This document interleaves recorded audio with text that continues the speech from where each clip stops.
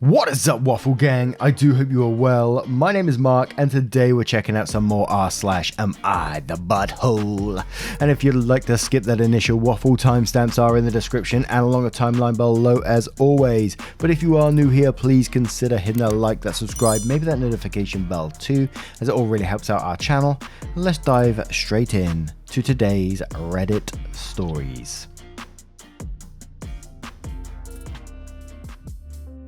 And our first story comes from PrudentCoat8988, titled, "Am I the arsehole for not quitting my job over colleague's crush?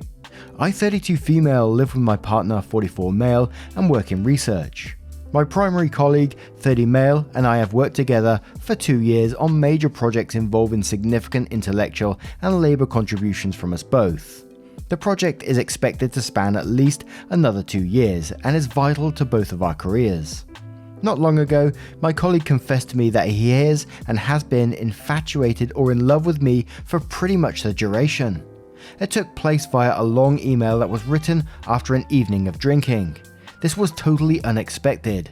In retrospect, there have been some signs, but nothing that wouldn't just as easily be accounted for by a considerate personality. Shortly after this confession, I came to my husband with the issue. I wanted to get his advice about the situation and showed him the drafts which I'd composed to organise my thoughts on the matter. They stated unequivocally that I'm not interested in a romantic relationship and hope these feelings won't complicate our work together.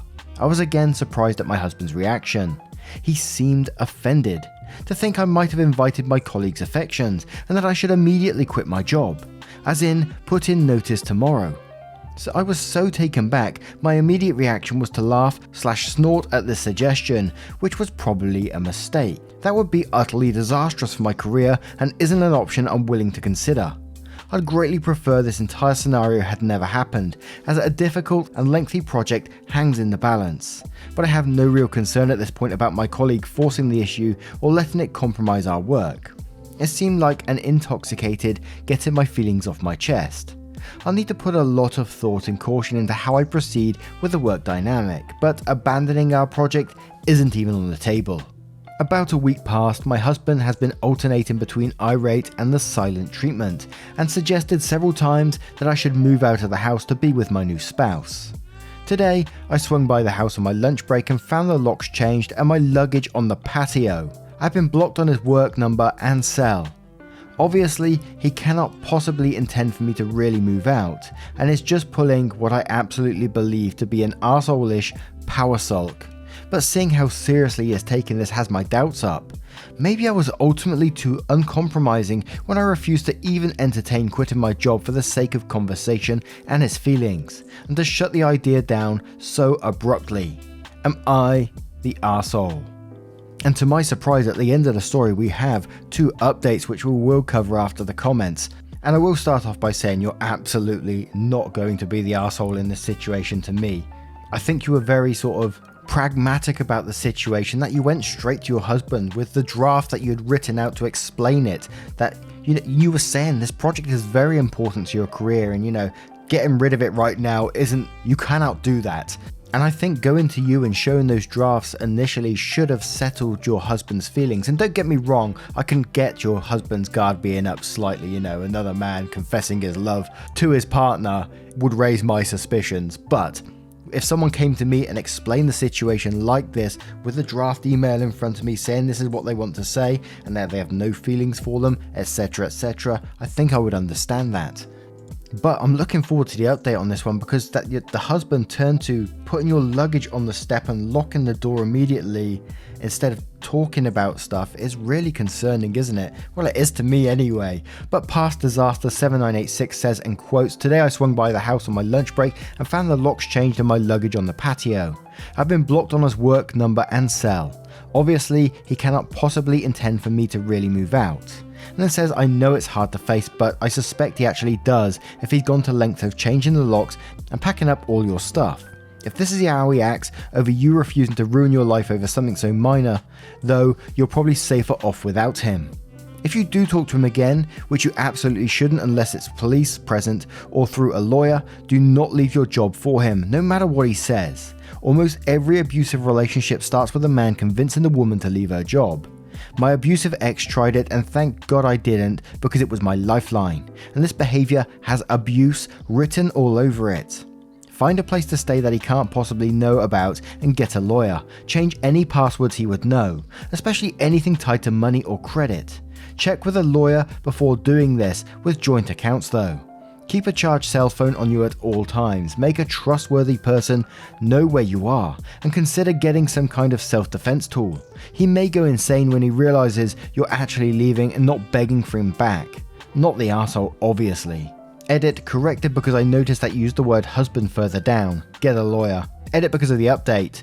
OP, please do not go anywhere near this man alone. If you feel the need to have a conversation with him, do it virtually or at the very least in a crowded public place, and bring a friend or relative, preferably a strong male one. So we're getting a hint of where the update may go here. Cynthia12 says not the arsehole. Your husband on the other hand, he's totally the arsehole, and quotes, he seemed offended to think I must have invited my colleague's affections and that I should immediately quit my job. And then says because obviously the only reason someone could possibly have a crush on you is because you have instigated it, / sarcasm. Who is on the house? He can't just chuck your stuff out. That's a great conversation to have with a lawyer. OP replied to this saying house is actually in my name, inherited from my dad before I married. The luggage he packed contained only some random things, a couple of suits, miscellaneous items from my nightstand. This makes me believe he's just chucking an outsized tantrum instead of expecting me to actually vacate. But you brought up some good points. Bigo says, oh my gosh, run girl, you did nothing wrong. On the contrary, you need to leave this man, focus on your job and find happiness with someone not so insanely, and that's what he is, jealous. And before we move to the update, we'll go with Satan's interior designer, who says, not the arsehole, by a wide margin. Your husband is blaming you for something you have no control over and is overreacting by a lot. You have every reason to take your time to let your colleague down softly because your career is in the balance. Your husband is a huge a-hole and you should lawyer up. So update, hubby called me, long story short, he's been extremely anxious each day when I leave for work and buckled from the pressure today. I'm welcome back home once I've quit my job, which is obviously still unacceptable. I'm considering taking a week of accrued paid leave, which will hopefully result in an adult conversation with husband, as well as coming to a decision about how best to handle colleague. That failing, I'm hearing the word lawyer loud and clear throughout these comments. I'm grateful for all the support and perspective. Update 2. I ended up calling my sister 38 female, something I avoided initially because I didn't want to stir the pot by involving family members who are already disliked by husband. I'm currently with her and cousin 35 male who are both supportive. Our plan is to call locksmiths tomorrow to regain access to the property. Husband can ruminate with friends or at a hotel for the present. For cousin to collect some important things of mine from the house, and for me to stay with my sister for a few days while I take a hard look at my situation and options. I'm not set on divorce at this point, but I definitely need to reassert some very basic boundaries before exploring further discussion with husband. Thank you strangers on Reddit for helping me emerge from the emotional haze with some clarity. And whilst not a conclusive end to that story, I think we did get I can almost see like a path where this may go through. Husband seems to be doubling down on the decision, like you're not welcome back until you kind of quit, or you will be welcome back. Those were the words, I think. To which OP sounds very logical in their thinking. I don't think they're going to accept that, which I think is absolutely fantastic. And, you know, this is her house for Christ's sake. So you get that guy out of there as soon as possible. But yeah, I think you need to have people with you because it sounds a bit unhinged to me. What do you guys think of this one? What do you think about the update as well? Let me know your thoughts in the comments below and we'll move on to the next one. And our next story comes from Homeless Mum 1. Am I the arsehole for refusing to send my daughter to live with my sister despite being homeless? I'm 22 female, I have a 3-year daughter and we are homeless. I lost my job and my home at the beginning of the pandemic. I've since found alternative employment. We're not on the streets but are living out of a hotel. The problem for me is coming up with a deposit. Pretty much everywhere requires the first 2 months rent, the last month and a deposit. That coupled with $1,000 a month for rent in my area, it's proven difficult to come up with a deposit. My sister keeps offering to take my daughter so that she has a room of her own to stay in, but every single time I have refused. In the hotel, my daughter has a privacy curtain between our beds, so she has visual privacy, and she doesn't want to move in with her aunt. Recently, my parents found out about my sister's offer, and are really pissed off I won't accept. They've called child services on me twice, who found no issue with our current situation, since it's not illegal to be homeless with a child. My daughter has everything she needs except the back garden to run around in, and child services are just fine with that. My parents still think I should accept my sister's offer to provide my daughter with her own room, and think I'm being a major arsehole by not doing so. I don't think I'm being an arsehole here, since my daughter also does not want to go. Am I the arsehole? ETA, my sister wants me to cover all my daughter's expenses if she goes there. Now, to me, it almost feels like there could be more to this somewhere along the line of, well, I don't know, where sister's trying to play something, or there's something in the background that we may be missing. And I only say this because I think there could be potential other options. Why isn't sister offering OP to stay there as well? It stops the issue of having to take child away from mother. Is there no way one of these family members could offer the down payment as a loan to OP, so then they wouldn't have this issue in the first place? It almost feels like they're just not trying to support you, because rather than, actually trying to help both of you in this situation, they're just trying to get daughter out of it, and you still have to suffer on, which would be even worse for you because you wouldn't have your daughter. It just makes no sense to me. So I'm going to definitely say not the arsehole in this situation, Although I can see it's not a great situation for a 3-year-old to be in, or yourself actually. I mean, you're in a hotel room. It's not like you're out literally on the streets, is it? So absolutely not the arsehole from me. But Texono says, not the arsehole. Your daughter doesn't want to go, so why make this any worse for her? Also, if child services have deemed it okay and your daughter has everything she needs other than the garden to run around in, cue a trip down to the local park instead, then it's fine. Out of curiosity, why isn't your sister offering to take you both in? If she has a spare room and she knows you're in temporary tough situation financially, I say temporary given you said you have no employment now, why doesn't she offer you both the spare room at a cheaper rent than a hotel until you can save up money to rent somewhere else?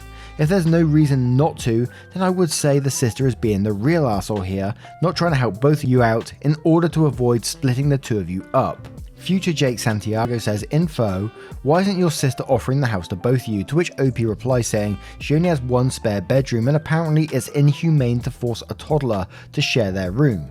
When I had a house, she slept in my bed most nights anyway. Brown dog emoji says, not the arsehole mostly. While your living circumstances aren't ideal, they sound like they are safe, secure and stable. Children can adapt to circumstances that are less than perfect at your daughter's age.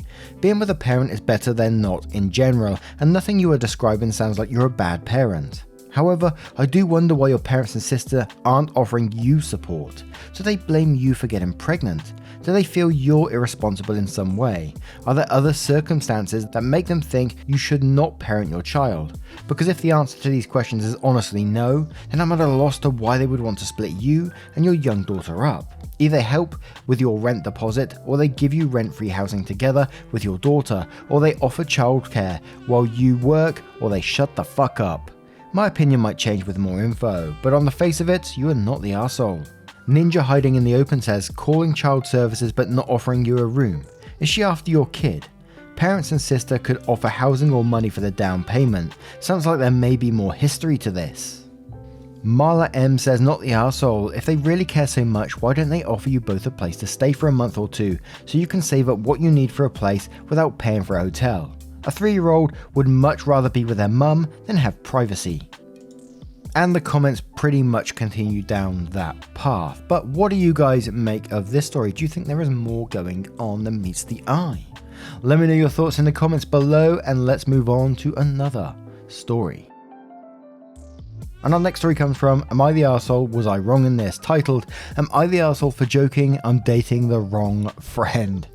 Oh dear. I've been with my girlfriend for about 6 months, and we started hanging out with groups of people, introducing each other to them, being more official. Last night was my turn to meet my girlfriend's friends. She was actually invited to a friend's birthday get-together, and the friend had told her to bring me as well. At the event, another girl, Beth, was there as well. She is a friend of the birthday girl, but not of my girlfriend. In fact, my girlfriend doesn't particularly like her, saying she has a habit of bad-mouthing people, and the common friend, birthday girl, has implied in the past that Beth has done the same thing to my girlfriend. We were at a restaurant and me and my girlfriend happened to sit across Beth. My girlfriend doesn't do red meats or red wine, opting for white wine and seafood mostly. I'm a huge steak and red wine guy, and when Beth ordered the same thing, I joked, I'm dating the wrong friend. I could feel the temperature drop on my girlfriend's side, and when we got home she lashed at me for saying that, and of all people, to Beth. I told her it's not a big deal as it's just a joke. And she said I could have made any other joke, and now Beth would probably shit talk about how her boyfriend liked me all over town. I think this is petty girl drama, but I do feel bad for making her feel bad. Am I the arsehole?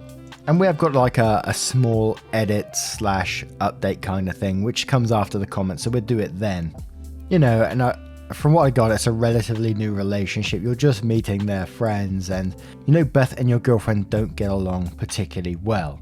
So it's one of those situations, just sort of like read the room, and when would a good time to be saying something like that to someone your girlfriend doesn't like? A joke. I'll do it air quotes, a joke like that. There was no one at that table apart from Beth maybe, who's going to look up and laugh at that particular joke, as we're calling it here. It was disrespectful to your girlfriend, it was obviously going to hurt your girlfriend, and then you played it down by calling it petty girl drama as well. So yes, you're going to be the arsehole in this situation, and let's check out some comments to see what they say. With Dangerous Bean 74, who says you're the arsehole, it doesn't matter if it was just a joke, and by the way it really wasn't, since as you made clear, Beth isn't your girlfriend's friend. She's someone who you've made aware has literally been nasty to your girlfriend behind her back. You went out your way to not only compliment Beth, but to literally to do so on a way that compared your girlfriend unfavorably to her, right in front of a group of all their mutual friends.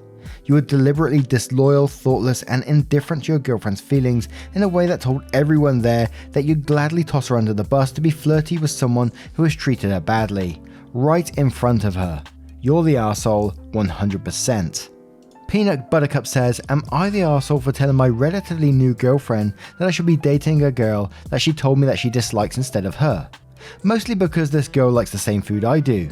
It's a joke, get it? I'm telling her this girl she doesn't like is better for me than her. You're the arsehole. Araya523 says, lol, you're the arsehole. On the plus side, your girlfriend might actually dump you, so you can run off and date the friend now. As per my previous says, you're the arsehole. Boy throws an egg grenade in the middle of dinner, gives Bambi eyes, and the who me face, but decides it's girl drama, and not that he should take responsibility for his fat mouth.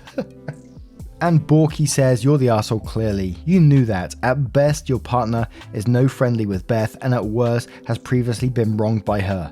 That's an arsehole joke to make under any circumstances, but the added context is just shit sprinkles on top of the major arsehole cupcake you've produced through your actions. Now we're going to move on to the mini update / edit, which says, thank you everyone. It was quite a ride going through all the comments. I've been told by my girlfriend before that my jokes push it quite a bit too much, but I didn't think one of my jokes would hurt and make her feel disrespected, or I wouldn't have done it. I'm taking her out tomorrow to make it up to her. Seafood and white wine will be on my menu. Now, what do you guys make of this story? What would you do if your partner did this to you? How would you feel in that particular moment? Let me know your thoughts and verdicts on all of today's stories. As always, I would love to hear them, but never any pressure to share them either. And just a huge thank you from the bottom of my heart for being involved in today's stories. It means the absolute world to me. You being involved with the channel makes a huge difference, and I can never thank you enough for what you do. Thank you for your love, support, and time, and I will see you in the next one. Take care, guys. Much love.